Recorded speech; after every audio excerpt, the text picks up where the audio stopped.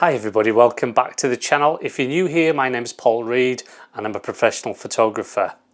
So I'm back from New York and I've got lots of photos to show you. Sorry there hasn't been a YouTube video for a few weeks. Of course I was in New York, but then when I got back I had all of the pre-orders for the Monochrome Moments book to send out. I had to sign them and number them and then get them all sent out, and there was a lot of them to send out. So there's still a few left, so anybody that hasn't ordered theirs, it's not on pre-order anymore. You could just order it and then it'll get sent out to you. So there's a few left. If you haven't got yours, then definitely get it. It's all of my best street photography from the last 4 or 5 years and you're gonna love it. So before I went to New York, I was watching loads of YouTube videos, just trying to get, you know, any kind of feel of what it was going to be like there. And I wanted to be inspired by the photography that I saw on those YouTube channels. And what I found was just nothing great at all. It was just people walking around, that point of view stuff, and then it was just like loads and loads of time taken up with that, and then you'd hear that click and then there would be this photograph that was just not very good, not inspiring at all. I don't want to do that today. I just want to get right into showing you some photography and showing you what I captured when I was there. Anyone that's thinking of going to New York, let me tell you, if you took London, then times that by 100 and that's the madness that is there, especially in Times Square, which was where I was staying. That was a bit of a mistake on my part because it is just crazy there. I held a couple of workshops when I was there and they were just fantastic. I had such a good time, met some lovely people. Let's get right in to showing you some of the photography that I captured, some street portraits and some street photography.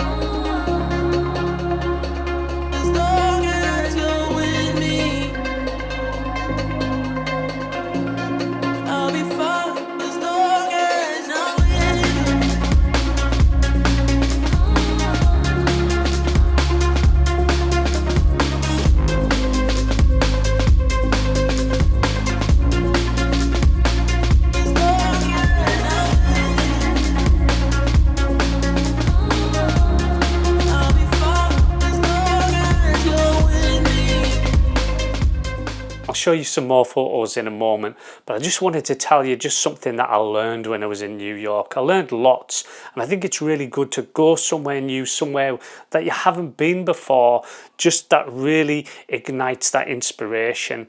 But what I did learn when I was there was, like, people are people, and any big city, there's probably more tourists that you're going to come across than there is the interesting people that you really want to photograph. If you go to Times Square, you know, you could get 100 tourists or uninteresting people pass you by for that one compelling subject to pass you by. You kind of almost have to go to the right places in order to find those interesting subjects and interesting stories. I think we romanticize places like New York because it makes us think, when we think street photography, a lot of times we do think New York because, you know, a lot of the old masters might have been photographing around New York, and those are the photographs that we imagine. Of course, this is a modern New York. People are still bent over, hunched over, looking at their phones, just like they are in any city. Street photography isn't easy. It really isn't. At least good street photography isn't easy, and it's just always hard looking for those stories and things. I find it difficult even now, even after this long. Sometimes, you know, I could go out on a day and come back and I haven't got that much. If I'm happy, if I come back after a day and I've got one great image. So, but just don't romanticize places like New York too much. So what's next for me? I'm going to be doing Paris, and I think Paris really, you know, that really lends itself to, you know, that timeless look. And of course, maybe I'll go to Paris and I'll feel the same way, that, you know, this is a modern Paris and everybody's bent over looking at their phones there as well. But I think just the way Paris looks and everything will really lend itself to that timeless look that I try to capture with my street photography. So Paris is in December and I'm going to be holding a workshop there. So go on over to my website if you want to come on that Paris workshop, because I've only got 6 places on that. I'd love to see you there. If that's too far away for you and you're in the UK, then I've got London in July and August, and then I've also got Edinburgh, I think, in August. That's a portrait one. So just go over to my website, have a look, see what workshops I've got available. There's huge value in these workshops. I'd love to see you there. Here's some more photographs.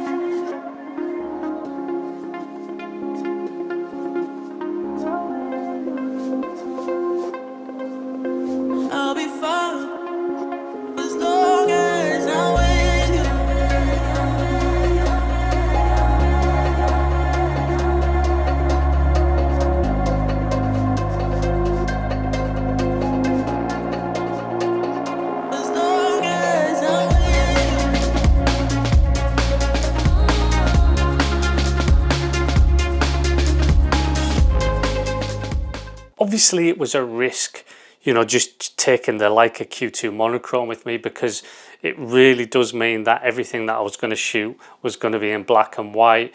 And, you know, maybe I wanted to capture a vibe that only colour could deliver. I did bring a film camera with me. I didn't shoot that much film. There was one film image that I did take. Look, I'm obsessed with these coin operated binoculars, and I wanted to go on and photograph them.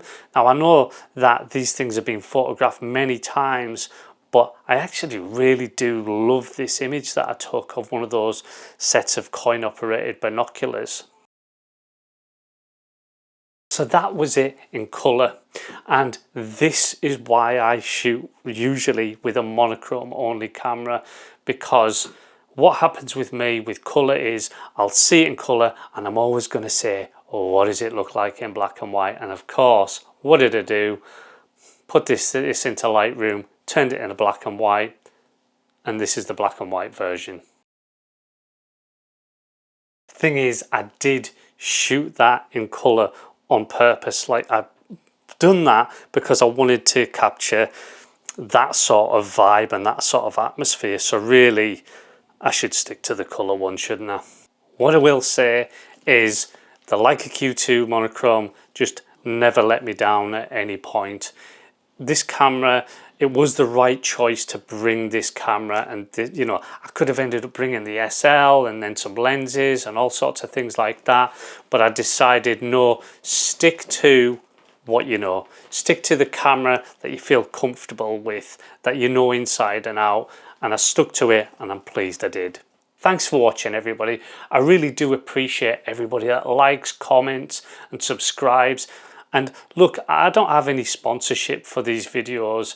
It's all self-funded, all through the services which I provide, things like Mentorship, the online course. The online course is such a valuable thing that I put out there so that people can enroll in that and go through the course. And these things, yeah, there are value to you, but obviously these things, It's an income for me that keeps the channel going. All the workshops, if anybody comes on workshops because they've heard about them on here. And then, of course, the Monochrome Moments book. That is another thing which generates some income for me so that this channel can keep going. So I appreciate everybody that contributes. I couldn't do this without you. Thanks so much. I'll see you next time.